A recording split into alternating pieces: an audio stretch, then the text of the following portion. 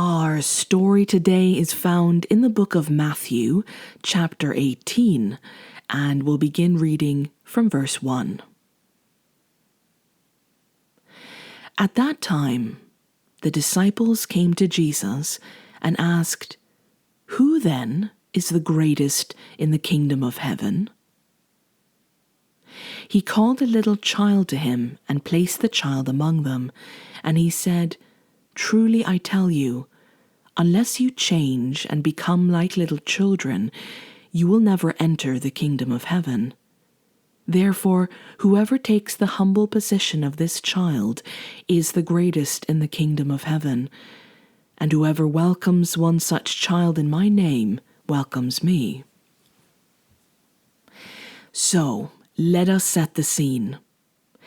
Jesus' followers approach their rabbi and ask him the question, "Who then is the greatest in the kingdom of heaven?" The way we phrase our questions can sometimes say a lot about us and where our mind is at.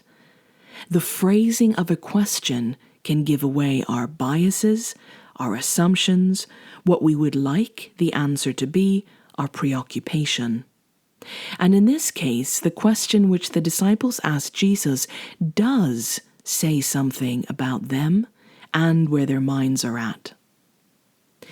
Firstly, if someone asks a question starting with the words, "Who then?" or "What then do you say about this?" it suggests that the question isn't existing in a vacuum. It hasn't just popped up out of nowhere. The phrasing suggests that this is part of an ongoing thought, an ongoing conversation, a discussion that has just been taking place. A bit like if two siblings are arguing between themselves about who gets to have the last piece of cake, and finally, being unable to resolve the matter themselves, they turn to a higher authority. They might ask their parent, "So then, who gets the last piece?" The disciples' question in Matthew 18 tells us that the disciples have likely been arguing or discussing this question among themselves. This is further supported by the fact that not one approaches Jesus with that question, but the text says the disciples, plural, as a group, they come and ask him, meaning that as a group, they've been looking at this question. The second informing element we can gather from the particular phrasing of this question is the obvious one, the topic of discussion. The thought that is currently preoccupying the disciples, and that thought is, who is the greatest? Who is the greatest in the kingdom of heaven? Who is the greatest in the kingdom of Jesus? And the third and final thing we can glean from this question is the direction of the disciples' interest. Now, rarely do people ask questions they don't want the answer to. More often than not, we seek answers to matters which actually interest us or impact us on some level, an issue which affects us or feels important or relevant. And so by the disciples posing this question, "Who is the greatest in the kingdom?" they are also revealing either their interest, their desire, or both. So, that is the question. What then is the answer? How does Jesus respond? Verse 2. Jesus called a little child to him and placed the child among them. And he said, "Truly I tell you, unless you change and become like little children, you will never enter the kingdom of heaven. Therefore, whoever takes the lowly position of this child is the greatest in the kingdom of heaven, and whoever welcomes one such child in my name welcomes me." So Jesus calls to a little child. The child comes over, and Jesus places the child among them and replies. Now, just like we can sometimes tell a lot about the way a question is phrased, so we can tell a lot by the way an answer is phrased. So to make sure we understand Jesus' answer, let us break it down. The first part to Jesus' response is to call a little child over. Secondly, he places that child among them. And his verbal response now holds up this child as an example. He says, "Truly I tell you, unless you change and become like little children, you will never enter the kingdom of heaven. Therefore, whoever takes the lowly position of this child is the greatest in the kingdom of heaven, and whoever welcomes one such child in my name welcomes me." At first glance, it's easy to assume that Jesus has merely called over this child who happens to be nearby to use this child as a sort of prop, a visual prop for his lesson to the adults. But there is a very deliberate action here which says otherwise. In the original Greek text, it says "estesen auto en meso auton," meaning literally, he said it in the midst of them. Not just among them, or around them, or nearby, but in the midst, in the middle of them. So if you can picture this in your mind, Jesus' disciples are standing around in a circle, in a ring around their rabbi, asking him this question. And Jesus calls over a little child and places that child in the midst, in the middle of that circle, of that gathering. Jesus isn't merely using this child as a prop or a tool. By his actions, he has just included this child in the conversation. He has brought this child into the inner circle. Now, in the minds of the disciples and anyone else who knew about Jesus' disciples, the 12, would have been considered as the inner circle. Thought of as the ones closest to Jesus. They were personally called by him to be his followers. They spend day and night with him. They have dedicated their lives to this rabbi. If anyone knows kingdom secrets, it's these men. If anyone tops the kingdom hierarchy, it's these men. These men would have been seen as having special access to the master. If anyone is to have a place of honor, a special rank or position in the kingdom, it is these men. And these men have clearly been arguing about which of them gets to be the best of the best. Of all your closest servants, Lord, who is the greatest? But Jesus is already beginning to answer their question before he even opens his mouth. He does so by bringing into that inner circle, into the discussion, into the intimate club, a child. This child isn't a mere visual tool. Jesus, in that moment, is elevating this child, including the child in the circle of close friends to Jesus, meaning this child is equal to all the adult disciples. Jesus doesn't honor these men, but this child. And if there is any doubt about this being what he's doing, he then speaks and says, "Unless you, all of you who are standing around me in this circle, change and become like little children, you will never enter the kingdom of heaven." The disciples wanted to know which of them would be the greatest in the kingdom, but Jesus turns their question on its head. He completely reframes the whole matter. Unless you change and become like little children. He doesn't say, unless you change, you won't be the greatest in the kingdom. No, you won't even enter the kingdom of heaven. Jesus has just completely shifted the entire focus.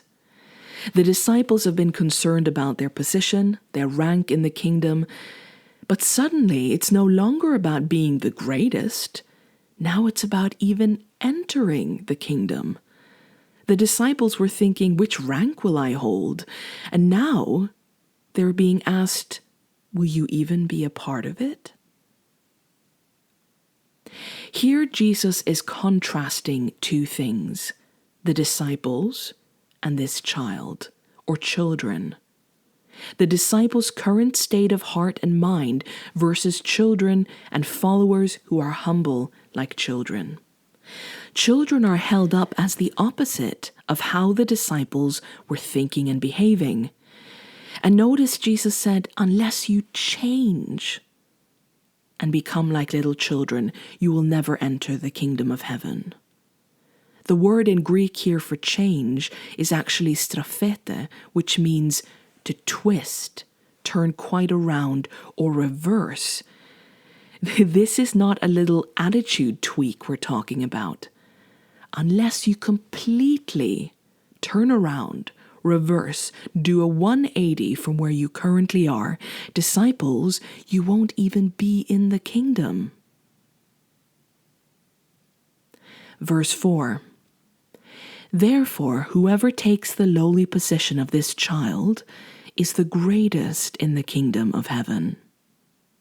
The Greek actually says, whoever therefore will humble himself as this, the little child, is the greatest in the kingdom of the heavens. Now, based on things like our culture, our age, our upbringing, our personal outlook, the way we view children can vary a lot. Some were brought up by parents who hailed from the Victorian era, and so they have applied the children should be seen and not heard approach to their own parenting. Others see children as gifts or signs of God's blessing. Others see children as little lumps of clay, there for us to mold and fashion as we see fit, often into our own image. Some see children as opportunities for success or to achieve things we never could when we were young. Others still may see children as burdens or complications, commodities, a source of pride or amusement, irrelevant, a strain on resources, or an afterthought. If you've read the Bible or grew up hearing stories about Jesus, then it will likely not be news to you that he valued children. You've probably heard stories of Jesus welcoming them to come to him. He spends time and attention on them and even derides the disciples for keeping them away. And so, as we said, Jesus valuing children may not be news to us, nor would it have been to his disciples. But in the minds of most Judeans at the time this story took place, in that context and culture, how were children generally viewed? Well, they were seen as weak, burdens on society. They had little value to the greater community. They were seen as being there to honor or reflect well on their parents, so to be proof of fertility or God's favor or prosperity, or carry on their family name and legacy, but they didn't have value in themselves so long as they remained children. They were lowly ranked in both family and societal systems. They had no voice or rights, whether in religious gatherings or the political arena or in the community. Male children were ranked slightly higher because of their ability to inherit and provide once they grew up, but ultimately, a child only had a place after entering adulthood. And so, Jesus making space for children and prioritizing them was already a massive break with cultural norms. But in this scene, Jesus is about to go above and beyond most people's comfort zone, and perhaps ours too. Let's have a look at why. We've already established that Jesus is, quite strikingly, honoring and elevating this child by inviting them into the inner circle, and then holding up this child and children as an example to the disciples. Now, in the language of rank and hierarchy, which is the language the disciples had been speaking in, Jesus has lifted up this child and, as we said, made them equal to the disciples, if not greater than the disciples, since they are told to change and become like this child. That's the first big bomb Jesus drops. This child is equal to all of you grown men, friends, confidants, and followers of Jesus. Then, the second bomb. This child is elevated above you. Reach out, change, and seek to become like this child. And here comes the third and final bomb. Jesus' next sentence, verse 5. And whoever welcomes one such child in my name welcomes me. Jesus says, if you welcome such a person, you're welcoming me. He's not just put this child on the same level as the disciples, or even just above them. Jesus has put this child on the same level of honor, on the same place of importance as himself. He's completely turned any semblance of assumed hierarchy and rank in his kingdom on its head. Children, thought to be the lowest, are placed alongside Jesus himself. To welcome a child is to welcome Jesus. The way you treat children is how you treat your master. Imagine the shocked faces. Imagine how these adult men are sent grappling with how to deal with this upside-down picture. In but a few minutes, Jesus has unraveled the tower of their preoccupation. The disciples were so focused on climbing the proverbial ladder, climbing up in ranks, in position, in importance, in titles, in reputation, in status, and Jesus has just kicked the ladder out from under them. But Jesus doesn't stop there. Continuing in verse 6, Jesus says, if anyone causes one of these little ones, those who are believing in me, to stumble, it would be better for them to have a large millstone hung around their neck and to be drowned in the depths of the sea. Woe to the world because of the causes of sin. Such things must come, but woe to the person through whom they come. If your hand or your foot causes you to stumble, cut it off and throw it away. It is better for you to enter life maimed or crippled than to have 2 hands or 2 feet and be thrown into eternal fire. And if your eye causes you to stumble, gouge it out and throw it away. It is better for you to enter life with 1 eye than to have 2 eyes and be thrown into the fire of hell. Okay, a lot to process there. So let's take it one step at a time. What is Jesus saying here? Let's start from the beginning, verse 6. If anyone causes one of these little ones, those who are believing in me, to stumble, it would be better for them to have a large millstone hung around their neck and to be drowned in the depths of the sea. In those days, a millstone was a stone used to grind grain. The entire tool was actually made up of 2 stones. These were very large and extremely heavy. As you can see here in the picture, the bottom stone would remain stationary, and then the top stone would be churned around, and between these, the grain would be crushed. So grain could be turned into flour to make bread, and so on. Here Jesus says, if any of you causes one of these little ones, these children who believe in me, to stumble, it would be better for you to have one of these great, big, heavy millstones hung around your neck and for you to be drowned in the sea. Throughout human history, the sea, the ocean, has been the topic of a variety of legends, stories, tales, and fascinations. Now, at the time of Jesus, the Judeans would have equated the sea, the ocean, with terms like the deep and the bottomless pit. It was viewed as the wild, untamed part of creation, and more specifically, it was believed that that was where demons dwelled. In other words, a place of the enemy. The sea was a place away from God. Below the sea was viewed as a sort of forgotten, cast out, deep pit of a place, and the raging waters and the monsters found below were often used in the Old Testament as a metaphor for the enemies of the Lord.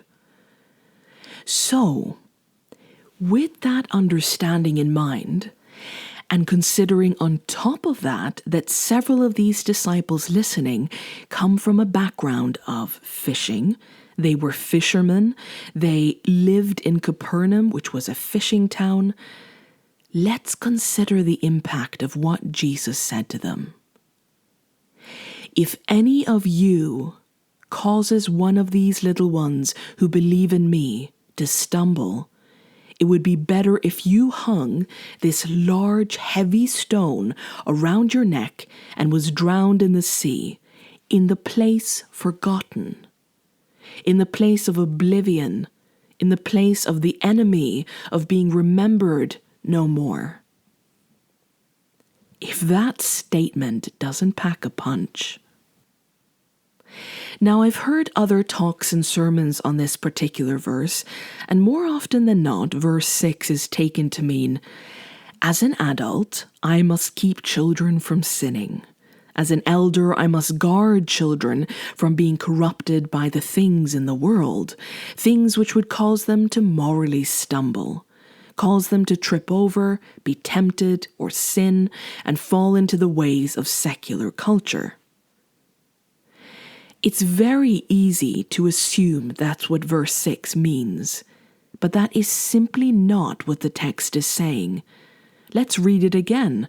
Jesus says, if anyone causes one of these little ones to stumble, the emphasis being on you being the direct cause of a child stumbling. It's not you keeping them from tripping over other objects and people, but tripping over you. Actually, the original word used in Greek, where we in English might read stumble, is skandalise, coming from the root word skandalizo, shall cause to stumble.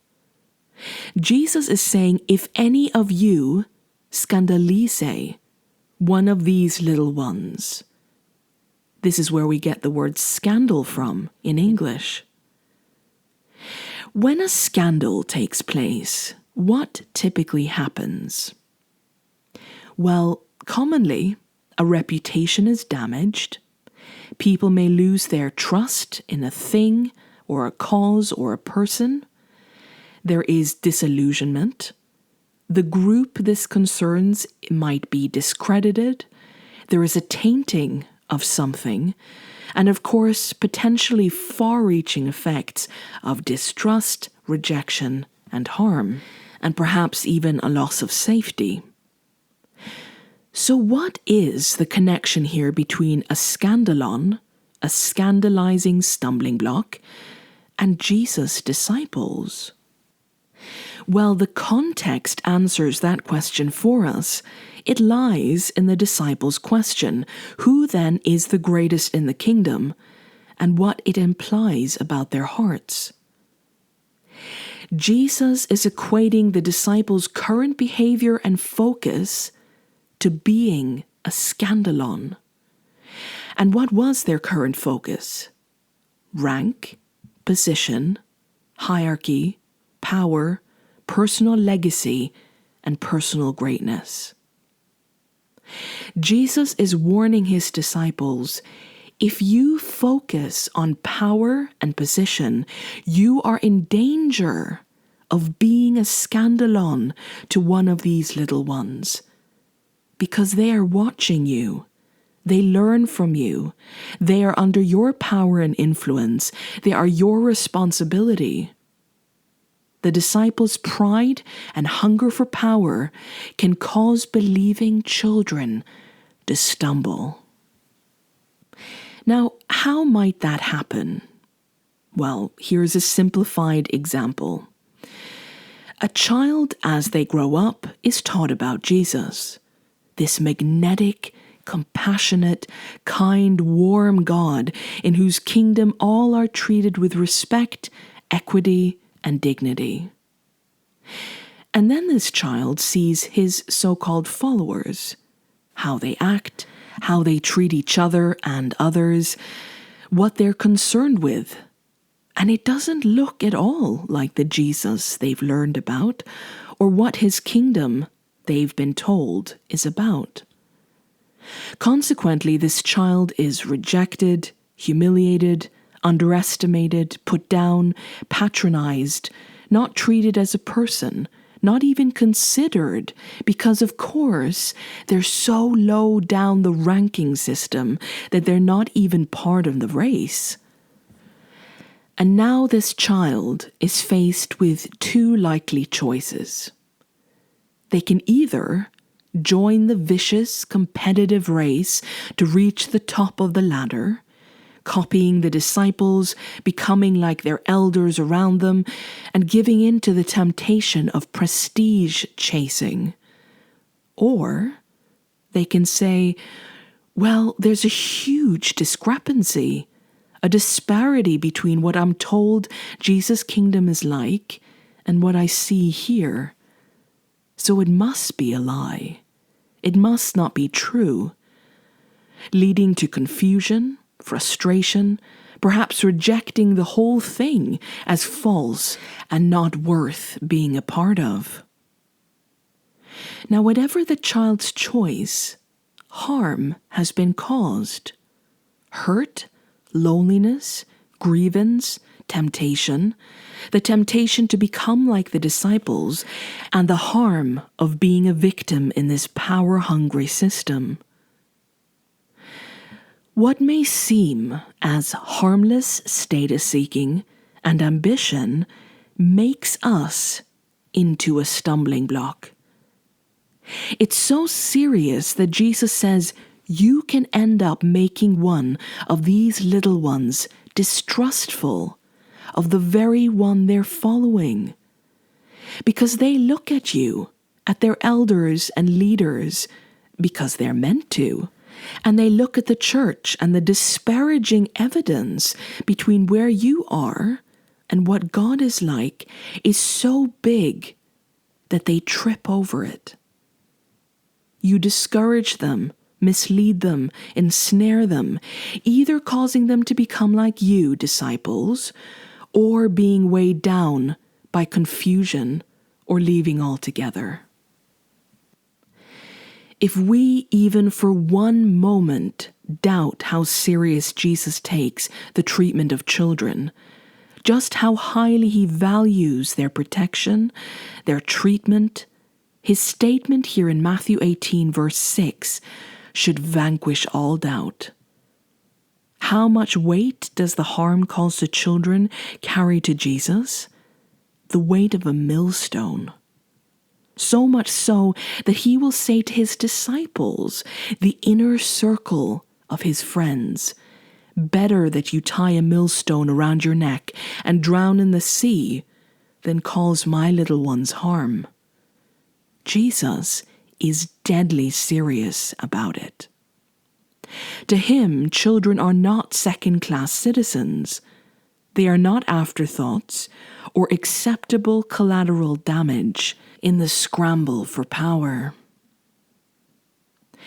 Now, a likely response from some adults at this point might be, well, none of us are perfect. We adults who follow Jesus can't avoid making mistakes. They should be looking at Christ, not at the church, not at Christians. We're not perfect.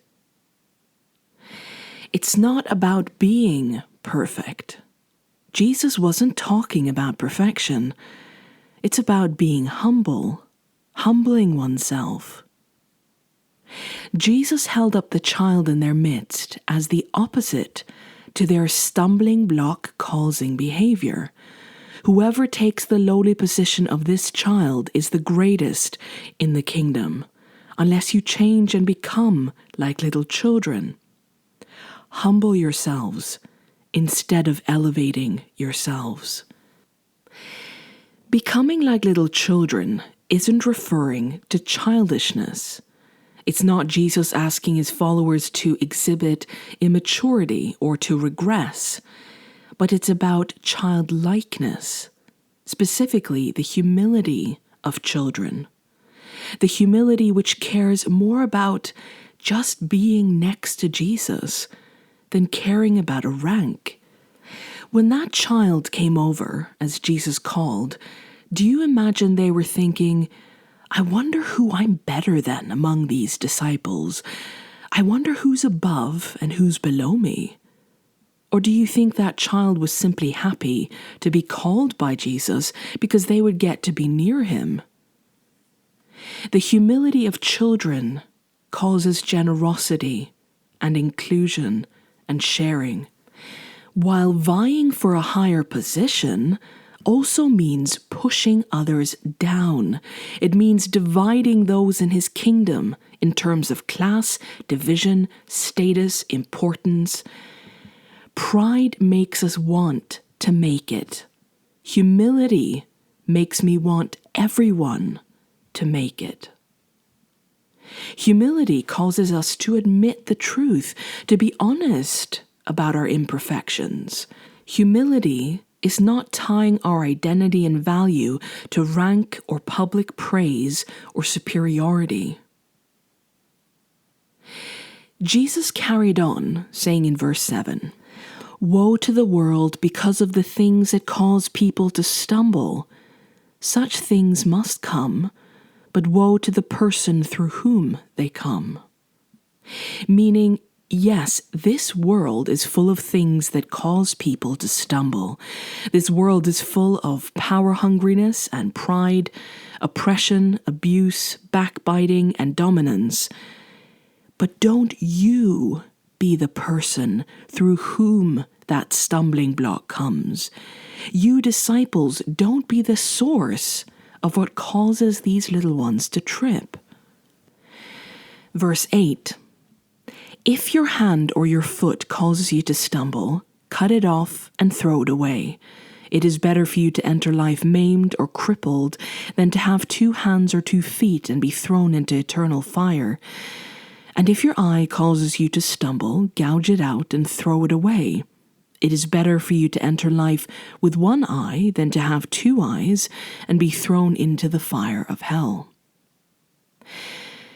Again, verse 8 and 9 are commonly misunderstood verses. They are often ripped out of their context and typically have been used as a warning against things like lust and material attachments. So many have taken Jesus to mean remove the things which causes you or enables your sin. But is lust or material things the context for this verse? Is Jesus telling his followers to self-mutilate and amputate their limbs to keep from sinning? No. We are all sinners. If we could stop sinning by either metaphorically removing the parts of us that we think we sin with, or to physically remove the parts of us that are thought to cause sin, then we'd hardly need a savior, would we? We could just amputate our limbs, or remove ourselves from society and every tempting element we can think of. We can just tie our hands behind our backs and be hermit amputees living somewhere in a cave all alone. But that's not how sin works, and it wouldn't solve the problem of the harm we cause. So what then is Jesus saying here? Well, it's all tied to rank and status. Because at the bottom of the food chain, along with children, were the disabled, the maimed, those missing limbs, the blind. At that time in Judah, such people would be considered the lowest, living a life of begging, of poverty, shame, ridicule. They had no voice, no rights, no position. They were treated as inferior and viewed as insignificant, even seen as rejected or punished by God. Jesus isn't telling his disciples to cure their own sin by taking a sword and chopping off their arms. He's saying, it is better for you to be considered lowly like these children, like these disabled, to be viewed by the world as insignificant and mistaken for being unimportant, than for you to carry on the road you're currently on. The road of obsessing about your own power and status, because that road leads not to my kingdom, but to nothingness and emptiness and you destroying yourselves. Jesus is saying to his followers, it's better if you run the risk of being mistaken as being the lowest, of no importance, of being lumped together with the outcast, of being lowly ranked in the current system of the world, than if you continue to compete and argue about your own position in the imagined pecking order of my kingdom. Because my kingdom doesn't work like that. You're not only rejecting my kingdom and me, but you're causing harm to those who do trust in me. If we are to be honest, though some may claim that children are the future, and children are our most treasured legacy, most societies, if not all, don't actually treat children that way. During the height of the COVID-19 lockdown in the UK, the government asked all adults who could to stay at home from work to protect them from the virus and the spread of the virus.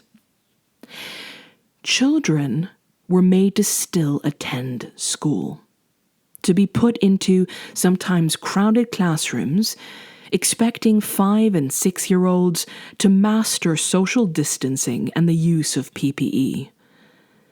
The reason given by the Prime Minister was that the school children might fall behind in their education, when the truth was, it was all about money. Because the whole world had paused, who cares if a child graduates high school or college 1 year late? But the British government wanted to get ahead in a depressed world economy and assure a working citizenry. And so be it if a few thousand children had to die for that to happen. During this crisis, the UK revealed how much they treasure their children. MPs were unwilling to put themselves at risk by going to work, but they were fine with sending children to school. Despite decades of warnings about global warming and the planet-killing damage greedy corporations are causing to Earth, the pollution continues. And all that talk of leaving a better world for our children is revealed as empty talk in favor of greed or even minor discomfort. And those children who do speak out on environmental issues are hardly tolerated and are often mocked or patronized. The point is, children are treated as second-class citizens, disposable. They have no power, they have no vote, they have no real autonomy, they have little or no representation. They are not given room to use their voice and are generally not listened to. An adult will say things to a child they would never dare say to their boss at work, things they would never say to the pastor at church. This reveals the internal ranking we create of human beings, who we want to impress and please, and who we see as being beneath us. We may claim that as a society we value children, but our choices prove otherwise.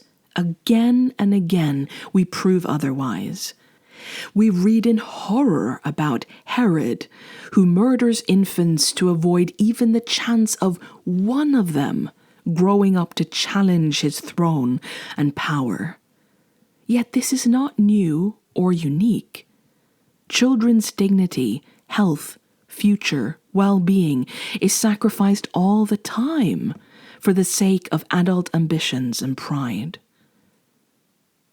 Christian musician Michael Card sings in his song Spirit of the Age, "Now every age has heard it, this voice that speaks from hell. Sacrifice your children, and for you it will be well." And before we sigh and shake our heads and distance ourselves from such atrocious acts, let us dare to look honestly at what takes place in the religious corridors we inhabit. Let us look at how we treat these little ones around us, what we allow in our churches, what we turn a blind eye to. Do we truly believe children are our equals?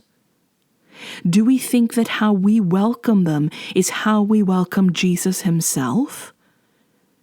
Are children in our churches and our homes afterthoughts, or treated worse than adults because they wield no power or influence?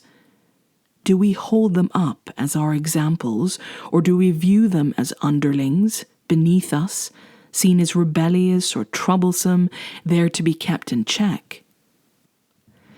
What would a church look like if we treated children how Jesus does?